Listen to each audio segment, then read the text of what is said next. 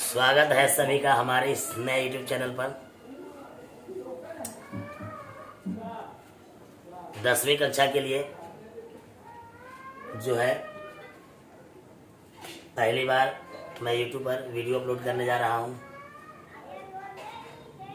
मेरे offline class वाले विद्यार्थी जो पढ़ चुके हैं तो उन्हें पता होगा। प्रमेय नंबर 6 तक हम आपको पढ़ा चुके हैं। अब जो है प्रमेय नंबर 7 में आपका जो है प्रमेय नंबर 7 जिसका नाम है पाइथागोरस प्रमेय।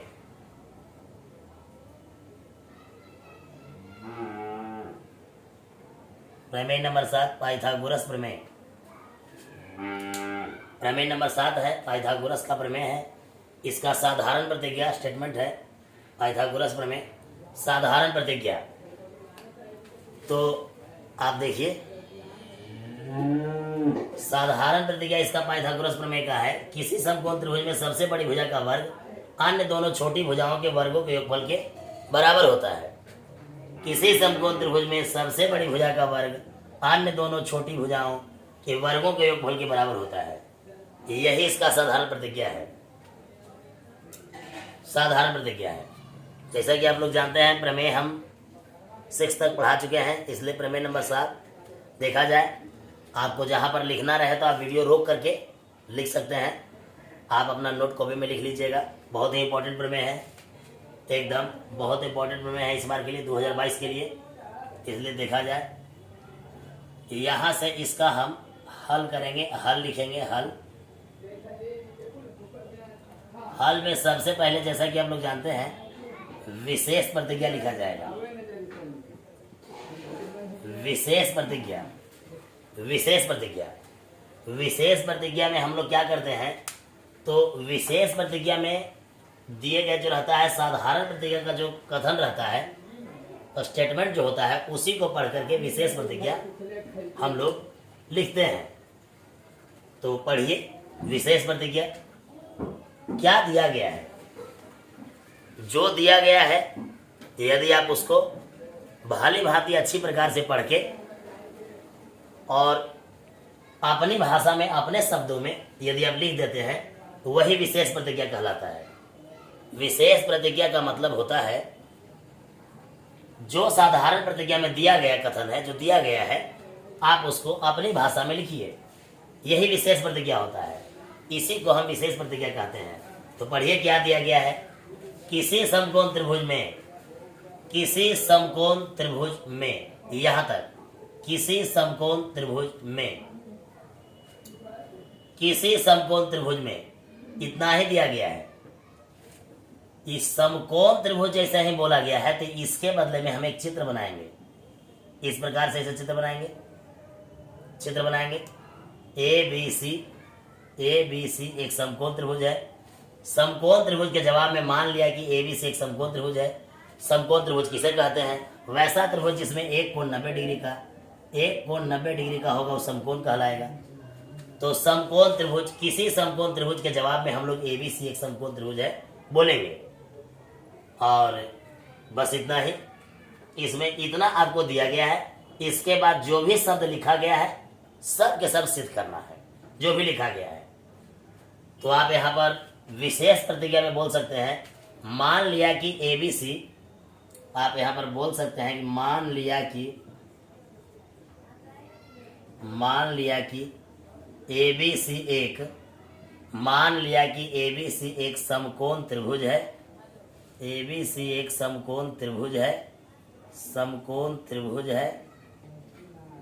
मान लिया कि ए बी सी एक समकोण त्रिभुज है जिसमें मान लिया कि ए बी सी एक समकोण त्रिभुज है। समकोण त्रिभुज के जवाब में हमने ए बी सी का चित्र बनाया है। मान लिया कि ए बी सी एक समकोण त्रिभुज है। समकोण त्रिभुज के जवाब में हमने ए बी सी का चित्र बनाया है। मान लिया कि ए बी सी एक समकोण त्रिभुज है जिसमें कोण बी बराबर 90 डिग्री या एक समकोण है। कोण बी बराबर 90 डिग्री या एक समकोण है। जिसमें कोण बी बराबर 90 डिग्री है या एक समकोण है। मान लिया कि एबी से एक समकोण त्रिभुज है जिसमें कोण बी बराबर 90 डिग्री या एक समकोण है। कोण बी बराबर 90 डिग्री है, क्योंकि समकोण त्रिभुज की परिभाषा होता है कि वैसा त्रिभुज जिसमें एक कोण 90 डिग्री का होता है वही समकोण त्रिभुज कहलाता है। तो किसी समकोण त्रिभुज में किसी का मतलब होता है कि आप सोचिए दिमाग में, समकोण त्रिभुज तो ए बी से एक समकोण त्रिभुज है, में इस त्रिभुज में कोण बी बराबर 90 डिग्री हमने माना, तो यहाँ तक कितना लिखेंगे तो आपका विशेष प्रतिज्ञा हो गया, यही दिया गया है। इसके बाद जो शब्द है उसको सिद्ध करेंगे। नंबर 2 में लिखेंगे इधर नंबर 2 में हम बोलेंगे कि सिद्ध करना है कि ऑफलाइन क्लास वाले विद्यार्थी भली भांति जानते हैं कि सबसे पहले आपको क्या करना होता है। तो प्रमेय पढ़ते समय सबसे पहले आपको विशेष प्रतिज्ञा लिख करके चित्र बना करके इसके नीचे चित्र के मुताबिक लिखना रहता है। ये कंप्लीट हुआ, उसके बाद इधर चलेंगे तो सिद्ध करना है कि अब इसके बाद हमको क्या सिद्ध करना है, जो सब देखिए यहाँ दिया गया है। में यानी इस त्रिभुज में सबसे बड़ी भुजा, इसमें जो सबसे बड़ी भुजा है वो AC है। सबसे बड़ी भुजा इसमें जो है वो AC है। अन्य दोनों छोटी भुजाओं, सबसे बड़ी भुजा इसमें AC है। ये जो है सबसे बड़ी भुजा है। क्यों? क्योंकि इस कोण का मान सबसे अधिक है। ई कोण का मान 90 से कम होता है। ई कोण 90 से कम होगा। ई 90 डिग्री का है, इसका मतलब ई दोनों से ई बड़ा कोण है। 90 ही नहीं हो सकता है, ये भी 90 नहीं हो सकता है, तो सबसे बड़ा 90 कोण हुआ। तो 90 जब सबसे बड़ा कोण है तो इसके सामने वाली भुजा सबसे बड़ी होगी, इसीलिए इसमें सबसे बड़ी भुजा इतना सबसे बड़ी भुजा, इसके जवाब में आप AC बोल सकते हैं। सबसे बड़ी भुजा AC है। का वर्ग का मतलब हुआ इसका स्क्वायर। अन्य दोनों का मतलब इसे छोड़कर, तो इसको छोड़ देंगे तो एक AB बचेगा, दूसरा BC बचेगा। इसे छोड़कर तो एक AB बचेगा और दूसरा BC बचेगा। सबसे बड़ी भुजा तो ये हुआ AC, सबसे बड़ी भुजा ये हुआ। इसको छोड़कर अन्य माने इसे छोड़कर तो एक ये हो गया, एक ये हो गया, AB और AC। इस प्रकार छोटी भुजाओं के वर्गों माने इसका भी स्क्वायर के योगफल के बराबर होता है। यानी हमें इतना सिद्ध करना है। इसका मतलब है आप इसको देखा जाए तो देख सकते हैं पाइथागोरस प्रमेय का साधारण प्रतिज्ञा है, क्वेश्चन है आपका, यहाँ से आंसर शुरू होता है। विशेष प्रतिज्ञा में लिखेंगे, एक चित्र बनाएंगे, कोण 90 डिग्री दर्शाएंगे, कहेंगे मान लिया कि AB से एक समकोण त्रिभुज है जिसमें कोण B बराबर 90 डिग्री है। मान लिया कि AB से एक समकोण त्रिभुज है जिसमें कोण B बराबर 90 डिग्री है। इतना लिखेंगे, विशेष प्रतिज्ञा हो जाएगा, 1 नंबर हमको मिल जाएगा। दूसरा सिद्ध करना है, हमें सिद्ध करना है कि सबसे बड़ी भुजा का वर्ग, सबसे बड़ी भुजा इसमें AC है तो AC का स्क्वायर। अन्य दोनों छोटी भुजा में एक AB है, एक BC है, इन दोनों के स्क्वायर के वर्गों के योगफल के बराबर होता है। इसका मतलब हमें सिद्ध करना है AC के स्क्वायर बराबर AB के स्क्वायर जोड़ BC के स्क्वायर, ये हमें सिद्ध करना है, ये आपको सिद्ध करना है। तो नंबर 1 हुआ, नंबर 2 हुआ। अब नंबर 3 चलेंगे रचना। नंबर 3 जो है इसमें हम लोग रचना चलते हैं, रचना। तो आप यहाँ तक लिख सकते हैं विशेष प्रतिज्ञा, उसके बाद विशेष प्रतिज्ञा लिख के चित्र बनाइए, इसके बाद ऐसा लिख सकते हैं, उसके बाद ऐसा लिखिए। नंबर 3 में रचना चलेंगे।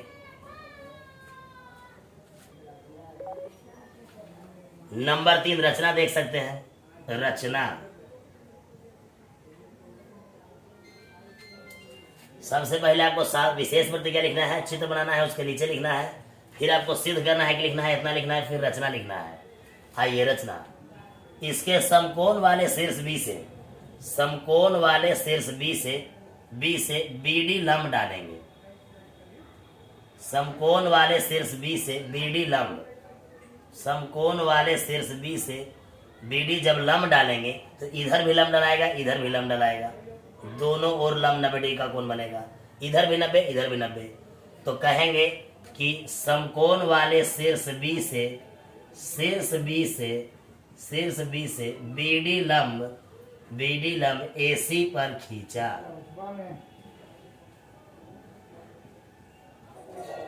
शीर्ष B से BD लंब AC पर खींचा। शीर्ष बी से बीडी लंब एसी पर खींचा, शीर्ष बी से बीडी लंब एसी पर खींचा। इस प्रकार आप रचना लिख सकते हैं। नंबर 3, विशेष प्रतिज्ञा चित्र बनाएंगे इतना लिखेंगे, सिद्ध करना है कितना लिखेंगे, रचना में इतना लिखेंगे। समझिए इतना में 2 नंबर मिल जाएगा आपको, इतना लिखना है 2 नंबर आ गया।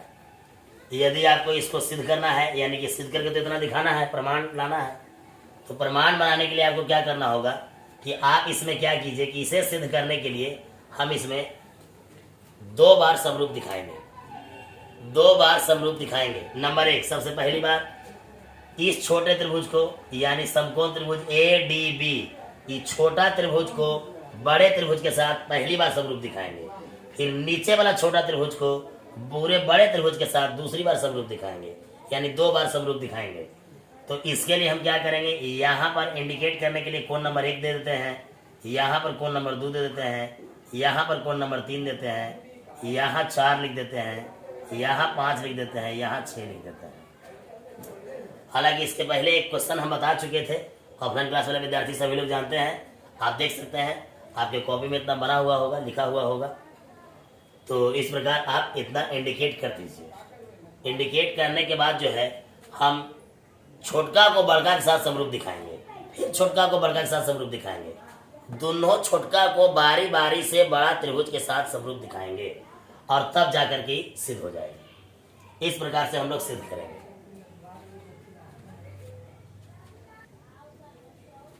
देखा जाए प्रमाण, प्रमाण में हम लोग देखेंगे, प्रमाण इसमें हम लोग प्रमाण देखेंगे। तो चलिए, छोटका को दिखाना है बड़का के साथ समरूप, छोटका को दिखाना है बड़का के साथ समरूप, फिर छोटका को दिखाना है बड़का के साथ समरूप। इसमें 3 त्रिभुज बन रहा है, 3 त्रिभुज, एक छोटा, ये छोटा और एक सबसे बड़ा, 3 त्रिभुज। बारी बारी से छोटका को बड़का के साथ, छोटका को बड़का के साथ समरूप दिखाना है।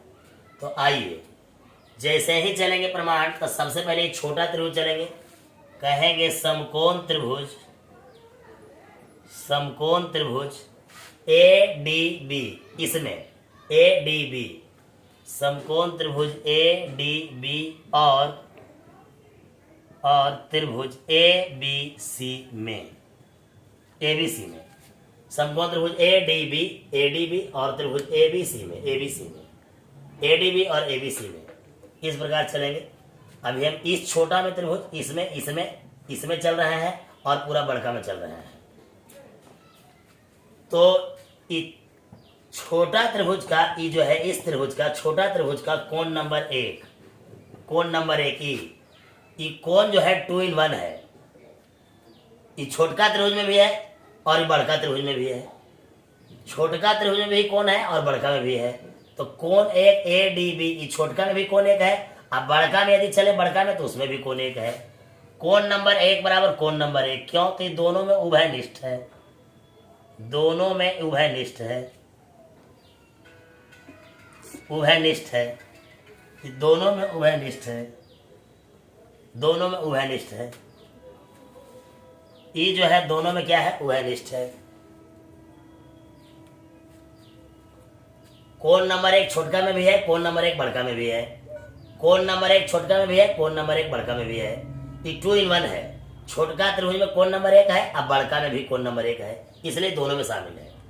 आगे, समकोण त्रिभुज का नियम होता है कि इसका ई कोण बड़का किसके बराबर होगा, यानी कि इसका कोण नंबर 2, इसका कोण नंबर 2 बराबर इसके कोण नंबर 6 के बराबर होगा। इस समकोण का नियम है। समकोण के नियम से, समकोण के लिए बात बिल्कुल सत्य है, समकोण त्रिभुज के लिए बात बिल्कुल सत्य है, समकोण त्रिभुज के लिए बात बिल्कुल सत्य है, समकोण त्रिभुज के लिए, समकोण त्रिभुज के लिए। या आप इसको पीछे भी लिख सकते हैं, आप इसको पीछे भी लिख सकते हैं। कहिए कि इसमें कोण नंबर 3 बराबर इसका कोण B, छोटा त्रिभुज का कोण नंबर 3 90 डिग्री के बराबर है, और बड़का के कोण B जो है वो 90 डिग्री के बराबर है। इतना बराबर इतना बराबर 90, और उसके बाद लगा दीजिए शेष। कहिए शेष कोण 2 बराबर कोण 6, यानी कि देखिए कोण नंबर 1 बराबर कोण नंबर 1, छोटकों के है बड़कों के, इसलिए पहला बराबर हुआ। दूसरा, इसका 90 डिग्री का ही है, तो इसका B, बड़का त्रिभुज का B 90 डिग्री का है, तो इसका 3 90 है, अब बड़का में B 90 है, तो बराबर हुआ। तो बच गया इसका 2 बराबर 6, ऑटोमेटिक बराबर हो गया, इसलिए शेष लगा दिए, उधर लिखना नहीं पड़ा। अब कहें कि इसलिए कहेंगे एंगल एंगल एंगल समरूपता प्रमेय से, एंगल एंगल एंगल समरूपता प्रमेय से, समरूपता प्रमेय से, एंगल एंगल एंगल समरूपता प्रमेय से त्रिभुज, बताइए एडीबी समरूप हो गया, त्रिभुज एडीबी समरूप हो गया त्रिभुज एबीसी के, त्रिभुज एबीसी के समरूप है। अब चूंकि जब समरूप त्रिभुज हो गया, जब त्रिभुज समरूप है, ये छोटका बड़का के साथ समरूप है, तो समरूप त्रिभुज की संगत भुजाएं समानुपाती होगी।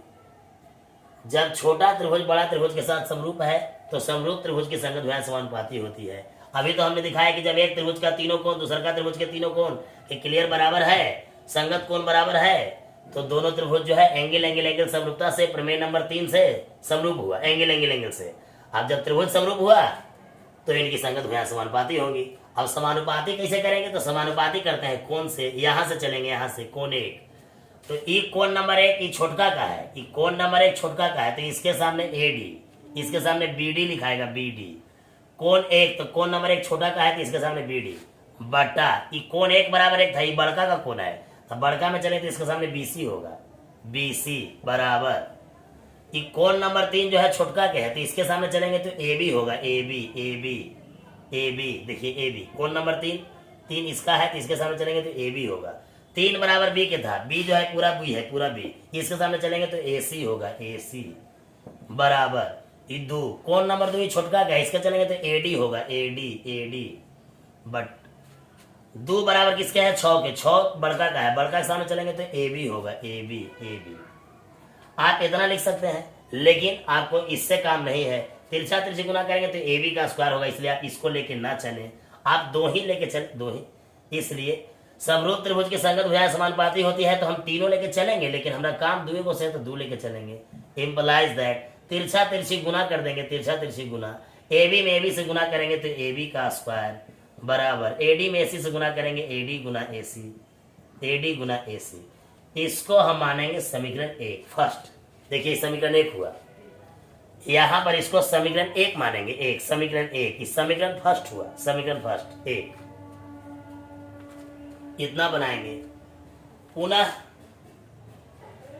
पुनः कहेंगे या बोलेंगे इसी प्रकार, या बोलेंगे इसी प्रकार, इसी प्रकार, इसी प्रकार बोलेंगे, इसी प्रकार, जिस प्रकार से हम इतना लाए हैं, तो उसी प्रकार, उसी प्रकार निचाल का त्रिभुज, अब ऊपर वाला नहीं, अब नीचे वाला, नीचे वाला त्रिभुज यानी कि त्रिभुज, त्रिभुज सी डी बी, यानी कि त्रिभुज, त्रिभुज सी डी बी और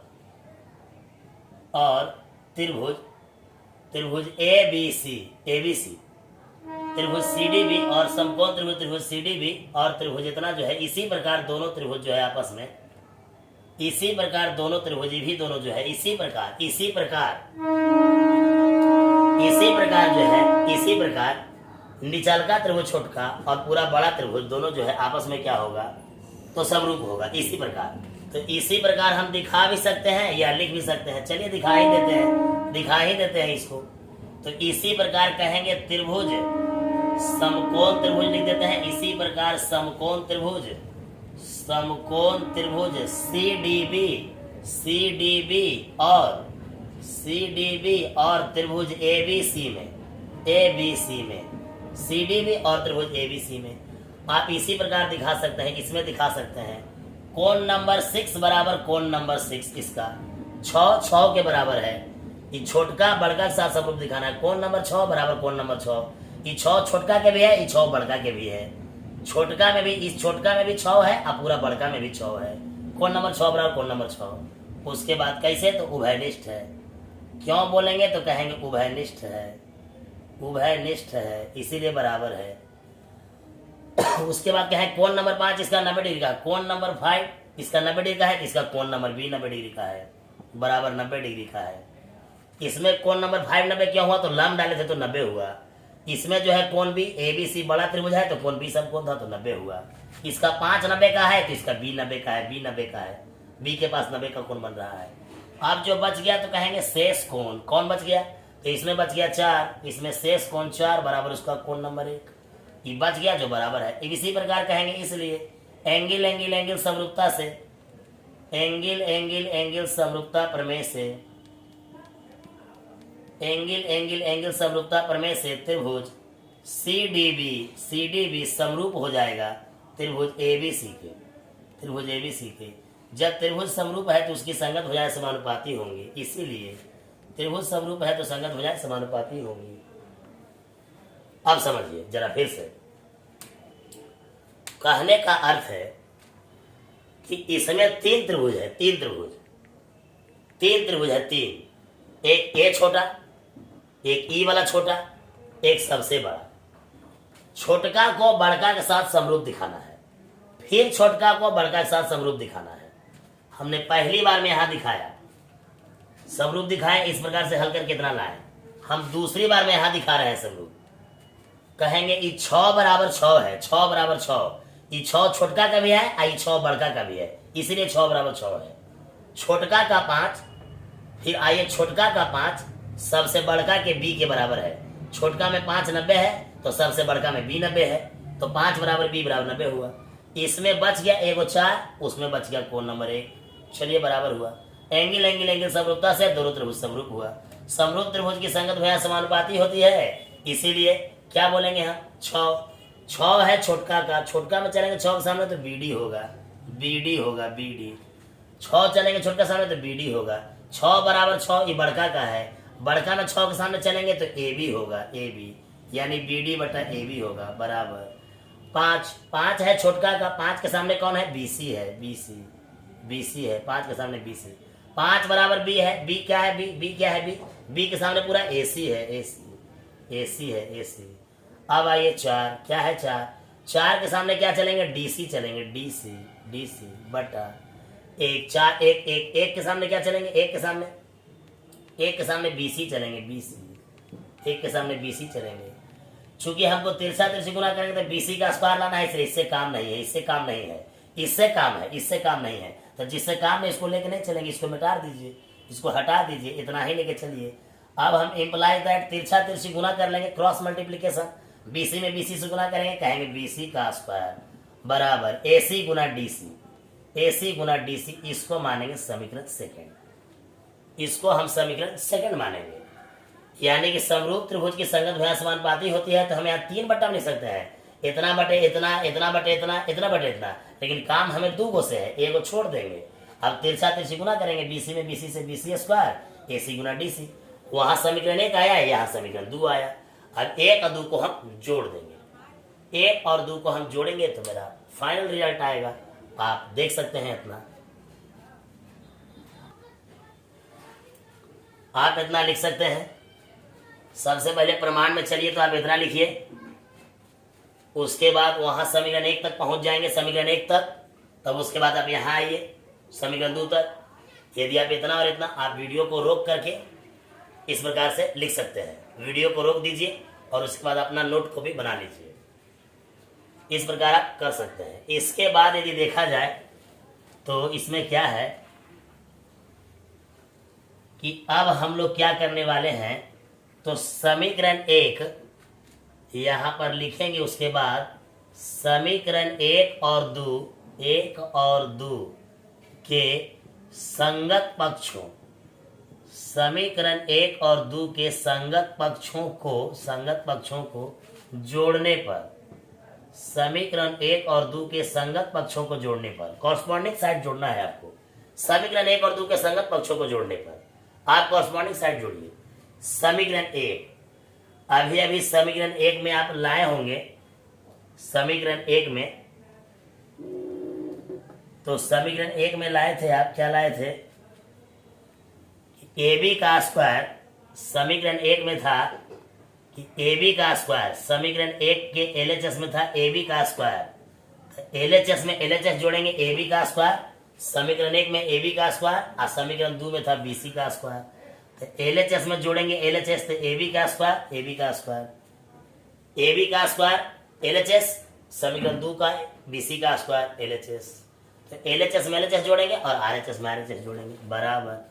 अब समीकरण 1 में ए बी का स्क्वायर था, तो उसमें क्या था, उसमें था एसी गुना एडी था, एसी गुना एडी।